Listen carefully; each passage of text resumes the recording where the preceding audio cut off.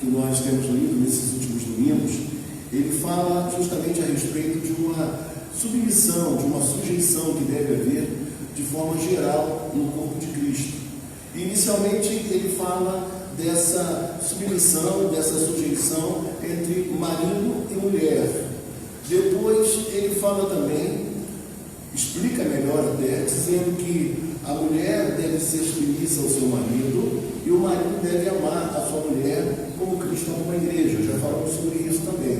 Depois, mais à frente, o apóstolo Paulo ele vai falar a respeito da relação pai e filho. Como deve ser a relação entre pai e filho. E agora, ele vai tratar de um assunto muito importante também naqueles dias. Porque nessas três esferas, a relação do marido com a mulher, a relação do pai com o filho e também a relação do senhor com o seu escravo, eram relações que aconteciam de uma maneira muito brutal. Havia muita violência, havia muita perversidade, ou seja, a mulher estava subjugada, os filhos também estavam subjugados. E o que falar então daqueles que eram servos, ou melhor dizendo, no original, na ideia original do texto, na língua original, dos escravos. Os escravos também eram subjugados e sofriam bastante. E o apóstolo Paulo vem com muita sabedoria nas palavras. O apóstolo Paulo vai trazendo uma orientação para a igreja que entre irmãos em Cristo a coisa não deveria se perpetuar, continuar daquela mesma maneira, mas com muita habilidade, com muita sutileza. Ele vai introduzindo as ideias e mostrando que entre cristãos as coisas não podem acontecer como aconteciam na sociedade daquela época, como também alguns desvios que acontecem ainda hoje no nosso mundo, no século XXI, também não devem acontecer. A nossa relação deve primar, acima de tudo, pela sujeição mútua, pelo amor que Cristo, de fato, comunicou a cada um de nós. E aí, quando a gente olha para o texto, o apóstolo Paulo nos diz: quanto a vocês, servos, obedeçam aos seus senhores, assim na terra, com temor e tremor. Paulo está dizendo para nós, de uma maneira muito sábia, ele começa com os servos, com os escravos, que era justamente a parte mais fraca na relação naqueles dias. E é importante dizer para vocês que os escravos, ao contrário do que muita gente pensa, eles não eram pessoas sem formação, sem cultura, sem habilidades profissionais. Não era assim. Os escravos naquela época, eles eram escravos, em muitos casos, porque foram dominados. O seu povo foi dominado por um outro povo e eles se tornaram escravos. Mas eram pessoas com habilidades, que trabalhavam nas mais diversas áreas. Pessoas que trabalhavam, por exemplo, no serviço doméstico, mas tinham artesãos também, tinham professores também, e eles eram ainda assim escravos. E o escravo naquele período, ele não tinha valor, ele era como se fosse a valor pessoal, quero dizer, era como se eles fossem, na verdade, coisas, como se fossem animais. Eles poderiam ser mortos pelos seus proprietários, eles poderiam ser mutilados pelos seus proprietários. A crueldade era muito grande naqueles dias, mas era algo estabelecido no meio social. O apóstolo Paulo não poderia se levantar e de maneira clara e objetiva e dizer que aquilo teria que acabar de qualquer jeito, porque aquilo feria de maneira profunda a palavra de Deus. Não, ele não podia fazer isso. O apóstolo Paulo, ele precisava entender, como entendia, que o grupo cristão era um grupo pequeno ainda. O grupo cristão era uma religião ainda não oficial. Então, tudo isso sofria uma grande pressão de Roma e Paulo não poderia se insurgir contra valores que estavam bem inseridos naquela sociedade. Então, ele vai trabalhando de maneira muito clara, mas de maneira amorosa com a própria igreja, que a relação do cristão com os seus escravos, ou coisa que não valha, não poderia ser da mesma forma que acontecia na sociedade. Então, quando a gente olha para esse texto, a gente observa que Paulo, ele mostra para o servo, para o escravo, que ele precisaria ter uma conduta em relação ao seu senhor muito respeitosa. Ele precisaria obedecer ao seu senhor. Era assim que ele deveria agir, não poderia ser diferente, e ele deveria fazê-lo como se estivesse fazendo para o próprio Senhor Jesus Cristo. Deveria ser assim. E se nós trouxermos para os nossos dias, não deve ser diferente a nossa relação com os nossos patrões. Nós precisamos também fazer as coisas para eles de maneira amorosa, de maneira cuidadosa, zelosa, com todo o capricho possível, porque, na verdade, é como se nós estivéssemos fazendo para o próprio Senhor. E o nome do Senhor é glorificado quando nós agimos com excelência e respeito para com os nossos superiores. Então, é disso que o apóstolo Paulo está tratando, e a gente verifica que não é algo apenas para aquele tempo, tem muito a ver ainda hoje nos nossos dias. E ele diz mais, veja comigo, olha para a Bíblia Sagrada, ele fala de temor e tremor com sinceridade. Precisa haver na conduta do trabalhador em relação ao seu patrão, como precisaria naquele tempo também do escravo em relação ao seu senhor, uma postura sincera, não falsa, mas uma postura íntegra daquele que trabalha, daquele que zela pelos interesses do seu patrão ou do seu proprietário, como acontecia ali. Então, é dessa forma que o apóstolo Paulo trabalha o assunto. E é importante dizer a vocês que o cristianismo, ele deu, de fato, um passo bem avante na direção da abolição da escravidão em todo o mundo. Né? As páginas aqui que o apóstolo Paulo trata do assunto, como, por exemplo, Filemão também, e aqui são base realmente para inspirar homens e mulheres na história a se posicionarem em relação ao assunto. E aí o texto diz, com sinceridade de coração, nós temos que fazer o melhor e de todo o nosso coração para o nosso patrão. Isso deve acontecer ainda hoje. E ele diz mais, não servindo apenas quando estão sendo vigiados, somente para agradar pessoas, mas como servos de Cristo, fazendo de coração a vontade de Deus. O nosso maior propósito na vida é servir a Deus, glorificar a Deus e sermos aceitáveis a Ele com a nossa dedicação, com a nossa entrega. E quando a gente olha para esse texto, me vem à mente uma situação de vida comum. Uma ocasião eu fui com um amigo meu, o dono de uma empresa, fechar um negócio. Eu era corretor na época e fui até a empresa dele, de carro. E quando nós chegamos à empresa, quando o carro chegou bem na porta das instalações da empresa, quando eu olhei, eu vi vários funcionários, alguns sentados, outros conversando, alguns deitados, todo mundo parado. Mas quando o carro adentrou as instalações da empresa, que os funcionários viram que era o carro do dono da empresa, meu irmão, eu nunca vi tanta agilidade. As pessoas se levantando daqui de lá e fazendo alguma coisa, pegando um objeto para trabalhar e tal, e a coisa começou a acontecer. E quando eu olho para esse texto, eu fico pensando justamente nisso, né? A gente às vezes, né, o funcionário, ele só trabalha quando o seu patrão está observando, quando ele está vendo. Quando o patrão não está vendo, ele não faz nada, ele não está nem aí para preservar também o seu emprego, para que a empresa cresça e ele cresça junto com a empresa. Então, meus queridos irmãos, o que nós precisamos entender à luz desse texto é que, por vezes, os escravos agiam assim. E Paulo diz que não é correto para aquele que é cristão. Paulo não entra nas questões sociais aqui propriamente, né? Tem um cuidado para não se envolver em questões políticas nesse momento. Mas o texto diz para nós que temos que trabalhar não somente quando estamos sendo vigiados. E se a gente pensasse em ser vigiado, né? Não existe nada que o Senhor, nosso Deus, não veja.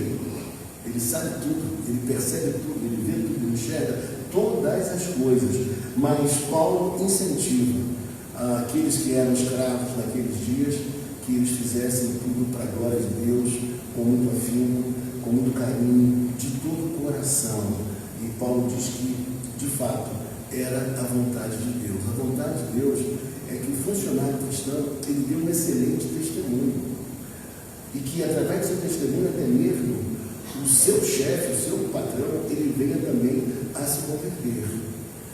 Um amigo meu se converteu ao Evangelho, e ele era meio que sem religião, tinha uma religião nominal, mas ele tinha um chefe que era muito religioso, de uma outra religião. o chefe, vendo a conduta dele, a maneira como ele se comportava, principalmente depois que se converteu, né? Antes já era uma pessoa bacana, mas depois que ele se converte, se tornou uma pessoa ainda mais especial. E aí, sabe o que aconteceu? O chefe dele se converteu também, teve uma experiência com Cristo, e ele foi profundamente influenciador nesse processo. Foi levado à igreja pelo meu amigo, e olha que coisa interessante, um diretor de uma mega empresa, entendeu? Sendo levado à igreja por alguém que estava embaixo ou abaixo na hierarquia daquela empresa. Então Deus usa a nossa vida para que pessoas que por acaso estejam perdidas por aí, sem conhecer o verdadeiro Deus, que elas possam ter seus olhos abertos à possibilidade de conhecer o Evangelho e a verdade de Deus. A mesma coisa acontece com o casal. Se o casal vive uma vida digna, bonita, respeitosa, as pessoas que estão à volta querem saber: como assim? Como vocês vivem tão bem? Como vocês não vivem brigando? O que está acontecendo? Como é isso? Me explica melhor. Você é evangélica? E é essa a diferença que Paulo está dizendo para nós aqui. E quando a gente prossegue no texto, o texto vai dizer assim: olhe para a sua Bíblia, versículo número 7. Sirvam de boa vontade, como se estivessem trabalhando para o Senhor e não para pessoas. É essa verdade que a gente precisa ter em mente. Ainda que ganhemos pouco, ainda que o patrão seja um tanto quanto exigente ao extremo, né? Mas ainda assim nós precisamos nos dedicar para que a empresa cresça, que a gente cresça junto com a empresa, ou então, se Deus achar por bem, que Deus abra uma outra porta para nós, ainda melhor. Mas o importante é que a gente deixe ali o nosso testemunho, que nós possamos mostrar quem somos nós. Nós somos servos de Deus, nós somos do Senhor. E o exemplo que, obviamente, Paulo está dando aqui é o próprio exemplo do Senhor Jesus Cristo, porque Jesus Cristo foi servo. Sendo Deus, ele de fato se fez servo, numa obediência extrema, a ponto de se entregar na cruz por amor de nós. Então veja a postura de Jesus Cristo, uma postura de um líder servidor. E o apóstolo Paulo aqui, ele tem em mente o exemplo de homens do Antigo Testamento, como por exemplo Moisés, como Neemias, homens que, embora líderes, eles foram servos, pessoas que serviam. E nós precisamos entender que antes de estarmos numa posição de superioridade, antes nós precisamos servir, não podemos queimar etapas. É assim que a gente aprende e é assim que a gente cresce também. E o texto nos diz da seguinte forma: que não devemos agir apenas como se estivéssemos servindo a pessoas. Nós precisamos ter um olhar mais a fundo. Nós precisamos entender que aquele quadro ali, às vezes não sendo o quadro ideal, sonhado por nós, mas ainda assim foi Deus quem nos colocou naquela situação. E se Deus nos colocou ali, tem um propósito. Nós precisamos também sermos gratos às portas que se abrem para nós. Na nossa história, muitas portas se abriram. Eu tenho certeza que na sua vida também não foi diferente. Pessoas que entraram na nossa história, empregos por onde nós passamos, e tudo isso da parte de Deus são instrumentos para o nosso crescimento, para o nosso desenvolvimento pessoal e também da nossa família. Eu sei que falar de ser servo nesses dias seria uma coisa na contramão do sistema, né? Ninguém quer ser servo, todo mundo quer ser senhor, né? Todo mundo quer mandar, ninguém quer obedecer. Essa é a grande realidade desses dias. Mas a palavra de Deus, ela nos mostra que é uma beleza, que é um papel, que é um propósito da parte de Deus quando nós servimos as pessoas que estão à nossa volta, principalmente aquelas que estão na escala hierárquica de uma empresa, numa posição superior. É disso que o apóstolo Paulo está tratando aqui. Paulo não podia, de maneira alguma, se insurgir contra aquela realidade, porque era algo estabelecido, era algo normal.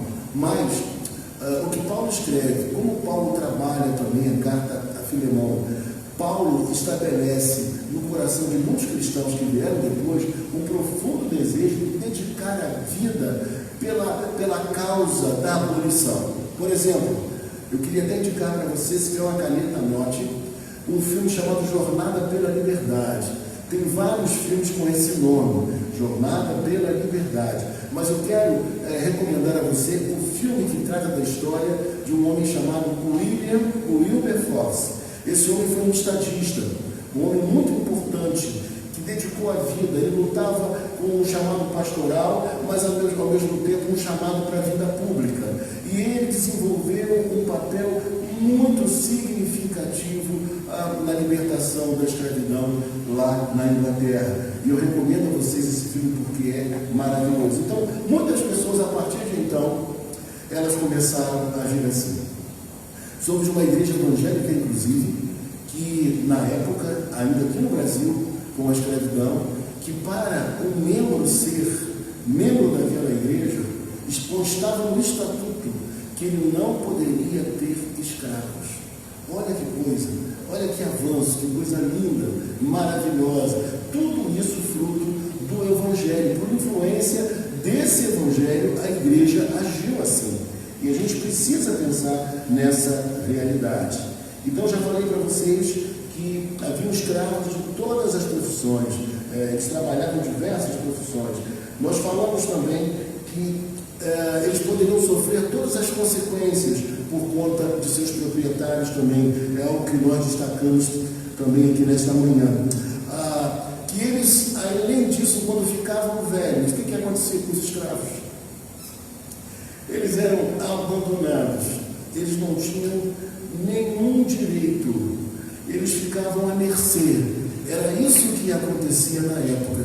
E Paulo, obviamente, ele está preocupado com toda essa estrutura que era perversa, mas que era natural e que estava ali estabelecida. Natural na ótica daquele período, não na nossa ótica hoje. E aí, meu irmão, minha irmã, quando a gente olha para a Bíblia ainda, no versículo 8 diz assim: sabendo que cada um, se fizer alguma coisa boa, receberá isso outra vez do Senhor, seja servo, seja livre. Ou seja, independentemente da condição humana, quer você seja escravo, quer você não seja, quando nós agimos de maneira correta e agradável a Deus, nós somos premiados, nós somos recompensados por Deus. Deus está atento a tudo aquilo que nós fazemos. Ele anda no meio do candeeiro, Ele conhece a sua igreja, Ele sabe aquilo que nós fazemos e como nós nos comportamos. Então é importante que nós falemos isso também. E quando chega no verso de número 9, agora ele vai falar a respeito dos senhores. Primeiro ele fala da parte mais fraca, e agora vai falar dos senhores. Depois de falar das atribuições dos escravos, ele agora vai falar a respeito dos senhores. E vocês, senhores, façam o mesmo com os servos. Veja que a ideia de Paulo é equilibrar as coisas. Paulo agiu assim em relação a marido e mulher, embora muita gente deturpe aquilo que Paulo falou, dizendo que Paulo era machista, coisa que ele não era. Depois ele fala a mesma coisa em relação aos filhos, pais e filhos, e agora ele diz o mesmo em relação a senhores e também escravos. E ele diz: e vocês, senhores, façam o mesmo com os servos. Eu queria dizer para você uma coisa nesta manhã. O cristianismo ele é mais radical do que qualquer ideologia extremada, de esquerda ou de direita. O cristianismo ele é radical porque ele tem uma proposta completamente diferente daquilo que a gente enxerga, que a gente vê.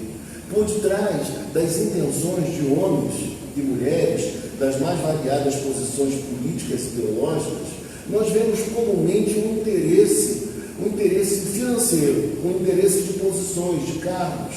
É o que a gente observa na maioria das vezes. Queira Deus que surjam bons homens e boas mulheres para trabalharem na vida pública com as melhores intenções. Mas pelo que a gente vê na internet, na televisão, não é bem isso que acontece. Mas o cristianismo ele é radical, porque ele tem uma proposta entre nós, independentemente de cor da pele, de nível social, econômico, intelectual, que nós nos relacionemos de maneira a nos submeter uns aos outros, a viver de uma maneira respeitosa uns com os outros, a não nos valer das nossas posições para oprimir ninguém. Muito pelo contrário, é olhar para o interesse do outro, é ver a necessidade, já que você é patrão, do seu funcionário, da sua funcionária. E você que é funcionário, olhar para o seu patrão e pensar: será que eu não poderia ter feito melhor? Será que eu não podia fazer mais? Será que eu não deveria ser mais grato por aquilo que eu já recebi e que por vezes eu não estou considerando com amor, com peso aquilo que foi feito por mim? Porque às vezes acontece também. E aí Paulo diz: e vocês, senhores, façam o mesmo com os servos, deixando as ameaças, porque eles eram constantemente ameaçados. A vida deles corria um seríssimo risco. Era algo terrível, algo terrível. E diz mais: deixando as ameaças, sabendo que o Senhor, tanto deles como de vocês, o que ele está dizendo aqui para a gente? Que o mesmo Senhor é Senhor daqueles que são donos de escravos, mas também ele é Senhor dos servos. O mesmo Senhor que é Senhor do empresário, do industrial, ele também é Senhor daquele que trabalha nas categorias mais simples de uma empresa. Então não há essa distinção. O Senhor Deus, ele não faz acepção de pessoas nesse sentido. Então, tanto um como o outro pertence ao Senhor, o Senhor os ama, o Senhor cuida e o Senhor se mostrou a eles. E é isso que nós precisamos entender nesses dias, sabendo que o Senhor é de um e o Senhor também é de outro. Não existe essa história de que o meu Deus é mais forte que o seu, que o Deus da minha igreja é mais forte que o Deus da sua igreja, que a minha igreja tem mais poder do que a sua. Essas coisas que acontecem por aí, essas ideias que estão no coração e nas mentes das pessoas, isso não pode acontecer, porque o nosso Deus, ele é assim, ele age por todos, sejam ricos ou pobres, cultos ou indoutos, ele é um Deus de amor e que se revela, deixando as ameaças, sabendo que o Senhor, tanto deles como de vocês, está nos céus, e que ele não trata as pessoas com parcialidade. O que ele está dizendo? Que o nosso Deus não é parcial. Nosso Deus, ele é autêntico, ele é verdadeiro, ele se relaciona com as pessoas independentemente da situação. Se você é uma pessoa simples e chega num lugar muito chique, as pessoas te olham de maneira diferenciada. Se você chega todo arrumado, parece que as portas se abrem, né? Mandam você sentar nos primeiros bancos, nos primeiros lugares.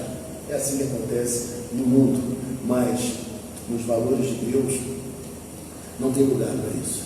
Deus, ele de fato ama as pessoas como elas são e trabalha no coração delas, ele as transforma, dá uma nova vida e um novo começo.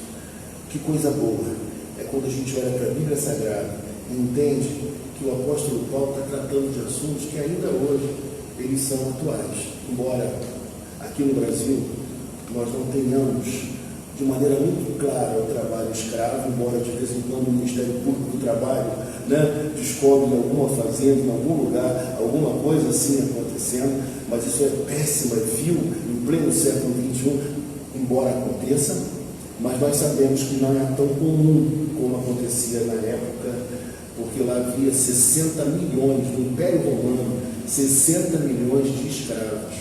A dominação era muito cruel e perversa. E nós precisamos entender, nesta manhã, que o Senhor Deus, ele quer que as relações elas sejam equilibradas, que a gente não faça diferenciações, que a gente saiba amar um ao outro, independentemente da sua posição social, e que a igreja seja também esse lugar, onde pessoas ricas e pobres se assentem no mesmo banco, pessoas que tiveram oportunidade de crescer intelectualmente, outras que não, possam também estar lado a lado. Que também dentro da própria igreja seja um local, em pleno século XXI, que a gente fomente o crescimento, o desenvolvimento dos nossos irmãos, que nós possamos apoiar aqueles que precisam de um empurrão, de uma ajuda para crescer, para se desenvolver, com uma palavra amiga, uma orientação, de alguma forma que possa ajudar. A igreja precisa ser esse lugar em que se evidencie cada vez mais que as nossas relações são relações pautadas no Evangelho e que a igreja seja um lugar de encorajamento, de amor e de respeito de uns para com os outros, independentemente de tudo aquilo que tenta nos separar, que é humano, que é vil, que é transitório, que os valores de Cristo sejam essenciais. A minha alegria de ser da Betel, ser pastor da Betel, é que aqui na Betel, desde quando eu cheguei aqui, não era o que veio comigo, antes de mim, a igreja sempre foi uma igreja preocupada com questões sociais, a igreja sempre acolheu necessitados, pessoas que estavam desprovidas de um teto, e eu tenho conhecimento disso. A igreja, ela sempre procurou ajudar a todas as pessoas, inclusive os membros mais carentes. Então, é lindo a gente participar de uma comunidade que não faz alarde, que não faz propaganda do que realiza, obviamente que não, mas uma igreja que procura vivenciar a beleza do Evangelho. Aqui, quem é rico chega, é amado e é assistido, é acolhido. O pobre que chega também, ele é amado, ele é acolhido, ele é assistido. Porque deve ser assim na casa do Senhor, na igreja do Senhor, porque o Evangelho é dessa forma. O Senhor não trata com parcialidade, nem faz acepção de pessoas.